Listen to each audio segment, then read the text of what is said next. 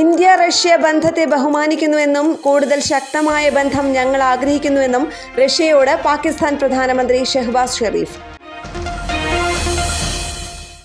രണ്ടാം ലോക മഹായുദ്ധത്തിൽ Japanese ആക്രമണത്തിനെതിരെ China നേടിയ വിജയത്തിന്റെ 80ാം വാർഷികത്തിന്റെ സ്മരണയ്ക്കായി നടന്ന പരേഡിൽ ആധുനിക ഉപകരണങ്ങൾ പ്രദർശിപ്പിച്ച് ചൈന.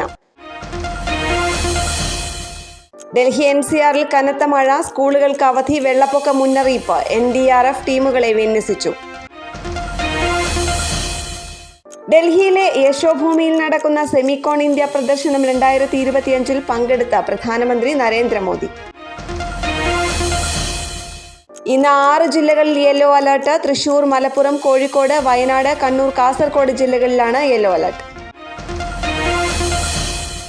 തിരുവനന്തപുരത്ത് ആശാ വർക്കേഴ്സിന്റെ സമരപ്പന്തൽ സന്ദർശിച്ച് പ്രതിപക്ഷ നേതാവ് VD സതീശൻ.